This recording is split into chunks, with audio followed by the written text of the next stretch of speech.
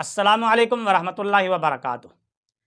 عزیزان گرامی، مرزا جونیئر کی فنڈنگ سے پہلے کیا کیفیت تھی اور فنڈنگ کے بعد کیا کیفیت ہوئی؟ فنڈنگ سے پہلے اس کے عقائد، نظریات، سوچ، فکر، اولیاء کرام کے بارے میں، بزرگان دین کے بارے میں کیا تھی، اور فنڈنگ کے بعد یہ سوچ کیسے تبدیل ہوئی اور اس کا نظریہ کیسے بدلا، اور فنڈنگ کے بعد اس کے عقائد و نظریات اور فکر کیا ہے، یہ دو رخ تصویر کے آج آپ کے سامنے رکھوں گا۔ میں بالکل کچھ نہیں بولوں گا، مرزا جونیئر سے ہی بلواؤں گا، دونوں رخ تصویر کے اسی کی زبانی آپ کو میں دکھواؤں گا اور سنواؤں گا۔ پہلے مرزا جونیئر کی تصویر کا وہ رخ دیکھیں جو فنڈنگ کے بعد کا ہے۔ شیخ عبد القادر کی ولایت کیا آپ انکاری ہیں یا اقراری ہیں؟ شیخ عبد القادر جیلانی کا حدیث کے علم سے کیا لینا دینا بھائی؟ نہیں، میں یہ کہنا چاہ رہا ہوں اہل سنت اس پہ متفق ہے نا؟ نہیں، یہ تو ٹاپک لاتا ہوگا نا۔ شیخ عبد القادر جیلانی بھائی نبی الاسلام کی وفات کے 500 سال بعد آئے، ان کے لیے انہوں نے تو دین میں کوئی کنٹریبیوشن نہیں کی ہے۔ نہیں، میں بات وہ باپا جانی تھے اپنے زمانے کے۔ اچھا، ہاں ظاہر ہے انہوں نے دین کو کیا کنٹریبیوٹ کیا ہے، مجھے آپ بتائیں کہ یہ وہ ان کی کنٹریبیوشن ہے جو پوری دنیا کے مسلمان ویل کر رہے ہیں۔ امام بخاری کی تو پڑھی ہوئی ہے، بتائیں عبد القادر جیلانی نے اس امت کو کیا دیا ہے؟ کوئی ایک چیز بتائیں کہ یہ انہوں نے امت کو دیا ہے، ایک یونیک کام کیا ہے۔ کہاں امام بخاری اور کہاں یار یہ اپنے اپنے زمانے کے باپا جانی؟ صحیح، ٹھیک ہے مانتے ہیں ہم باپا جانی ہوں گے، دین کے لیے کوئی کنٹریبیوشن نہیں۔ امام بخاری کی کنٹریبیوشن تو یہ پڑھی ہوئی ہے۔ دنیا کی کسی لائبریری میں عبد القادر جیلانی کی کوئی کنٹریبیوشن پڑھائی جاتی ہو تو مجھے بتائیں۔ نکاح محمدی پڑھا گیا تھا، اس کے بعد عبد القادر جیلانی پیدا ہوئے تھے، اور وہ پیدا ہوئے، ان کے کان میں اذان دی گئی، ان کے ختنے کروائے گئے، اور اس کے بعد جب وہ بڑے ہوئے انہیں قرآن پڑھنے کے لیے ڈالا گیا، پھر انہوں نے دین کو کنٹریبیوٹ کیا، پھر ان کی شادی ہوئی، نکاح پڑھایا گیا، اس کے بعد ان کے بھی بچے پیدا ہوئے، پھر وہ فوت ہو گئے، پھر ان کے کپڑے اتارے گئے، انہیں غسل دیا گیا۔ آج بھی جو صحیح اولیاء اللہ سے دشمنی کرے گا، اللہ کی ان کے ساتھ دشمنی ہے، یہ ذہن میں رکھیے گا۔ جی عزیزان گرامی، آپ نے یہ تصویر کا ایک رخ مرزا جونیئر کی زبانی سنا، یہ اسی کا ہی رخ ہے، اسی کی ایک جھلک میں نے اسی کی زبانی آپ کو سنوائی۔ فنڈنگ کے بعد مرزا جونیئر کہتا ہے کہ حضرت سیدنا شیخ عبد القادر جیلانی محبوب سبحانی رحمۃ اللہ تعالیٰ علیہ کا علم حدیث سے کیا لینا دینا، یہ بات آپ نوٹ کرتے جائیں، پھر انشاءاللہ میں تصویر کا دوسرا رخ بھی آپ کو دکھاتا ہوں، اور وہ بھی مرزا جونیئر ہی کی زبانی۔ اور کہتے ہیں کہ حضرت سیدنا شیخ عبد القادر جیلانی رحمۃ اللہ تعالیٰ علیہ نے اس امت کو کیا دیا ہے، یعنی کچھ بھی نہیں دیا۔ اور تیسری بات مرزا جونیئر کہتا ہے کہ کوئی ایک چیز تو بتاؤ جو حضرت سیدنا شیخ عبد القادر جیلانی رحمۃ اللہ تعالیٰ علیہ نے امت کو دی ہو، کوئی یونیک کام کیا ہو۔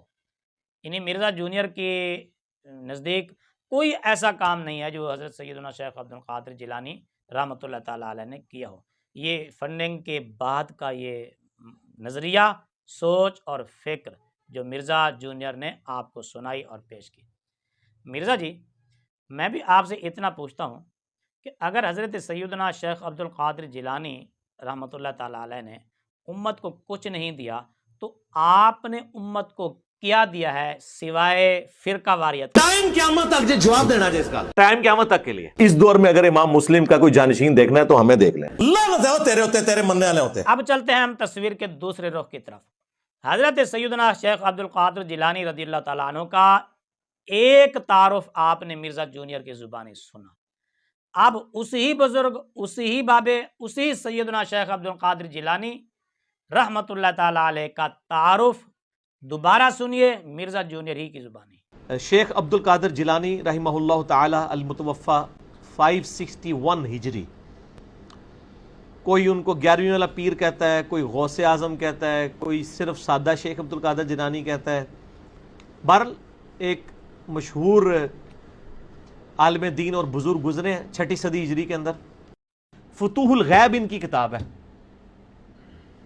جس کے اوپر پوری یعنی اس میں سے اقتباسات لے کے نا، تو وہ گوڑلے والے جو تھے پیر نصیر الدین نصیر صاحب، انہوں نے کتاب لکھی ہے الجواہر التوحیدیہ، وہ کتاب آپ ضرور خریدیں پیر نصیر الدین نصیر صاحب کی۔ اس میں انہوں نے فتوح الغیب کے حوالے دیے ہیں شیخ عبد القادر جیلانی کی جو توحید کے اوپر کتاب ہے۔ وہ کتاب اتنی سخت توحید بیان کرتی ہے کہ یہ تو کہیں گے یہ وابیوں والی کتاب ہے، اور وہ کتاب اتنی زبردست ہے کہ امام ابن تیمیہ نے اس کتاب کی شرح لکھی ہوئی ہے۔ امام ابن تیمیہ نے فتوح الغیب کی شرح لکھی ہے، اور انہوں نے شرح میں لکھا ہے کہ شیخ عبد القادر جیلانی کی جو کرامات ہیں یہ تواتر کی حد تک پہنچی ہوئی ہیں، یعنی شیخ عبد القادر جیلانی وہ بزرگ ہیں جن کو امام ابن تیمیہ بھی بزرگ مانتے تھے۔ جی عزیزان گرامی، یہ دونوں رخ تصویر کے آپ کے سامنے آ گئے۔ پہلے مرزا جونیئر کہتا تھا کہ حضرت سیدنا شیخ عبد القادر جیلانی نے امت کو دیا کیا ہے، ان کا علم حدیث سے کیا لینا دینا، ان کا دین سے کیا کام، انہوں نے امت کو کیا دیا ہے۔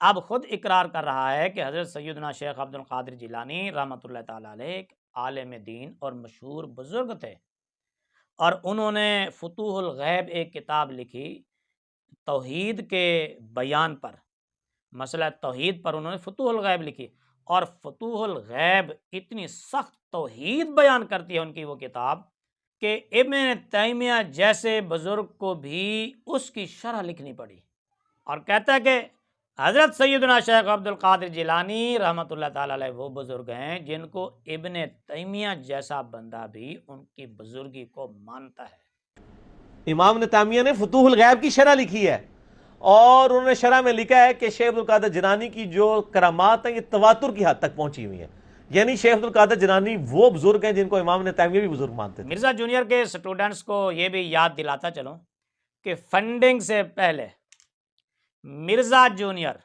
حضرت سیدنا شیخ عبد القادر جیلانی رحمۃ اللہ تعالیٰ علیہ کو رحمۃ اللہ علیہ بھی کہتا تھا، شیخ عبد القادر جیلانی رحمہ اللہ تعالی اور المتوفی، فنڈنگ کے بعد رحمۃ اللہ تعالیٰ علیہ کہنا چھوڑ دیا۔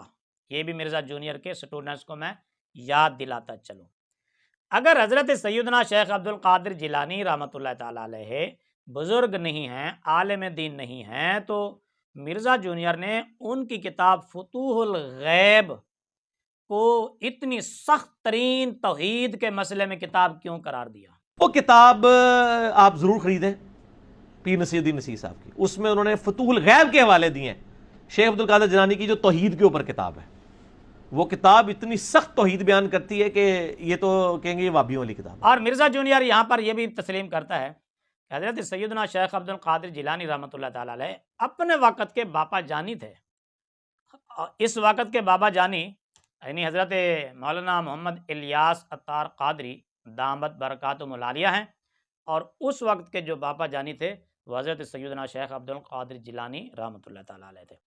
اس سے میں آپ کو یہ بھی بتاتا چلوں کہ دبے دبے لفظوں میں اشارتاً کنایتاً مرزا جونیئر حضرت علامہ مولانا محمد الیاس عطار قادری رضوی دامت برکاتہم العالیہ کو دبے دبے لفظوں میں اس زمانے کا شیخ عبد القادر جیلانی غوث اعظم، غوث وقت اور پانچوں بزرگ ماننے پر مجبور ہے۔ ایک چیز بتائیں کہ یہ انہوں نے امت کو دیا ہے، ایک یونیک کام کیا ہے۔ کہاں امام بخاری اور کہاں یار یہ اپنے اپنے زمانے کے باپا جانی؟ صحیح، ٹھیک ہے مانتے ہیں ہم باپا جانی ہوں گے، دین کے لیے کوئی کنٹریبیوشن نہیں۔ کہہ رہا ہے نا کہ وہ اس وقت کے بابا جانی تھے، یہ اس وقت کے، یعنی وہ اس وقت کے بزرگ تھے، اور بزرگی مرزا جونیئر خود مان چکا ہے۔